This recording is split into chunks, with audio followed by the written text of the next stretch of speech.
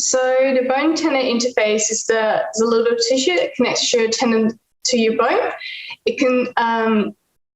often ruptures, especially in elderly people, but also in the athletic population, but it's actually unable to heal itself. So instead of getting its native tissue regenerated, it gets replaced by scar tissue, and this weakens that connection between your bone and your tendon, which means that even if you do undergo surgery, it ruptures very easily again. So in order to regenerate and reestablish the native tissue, what my research is about is to really create a model to look how we can re-engineer, tissue engineer the entheses actually using engineering and a hydrogel to then study what signaling is going on and how we can then hopefully in the end reestablish that native tissue.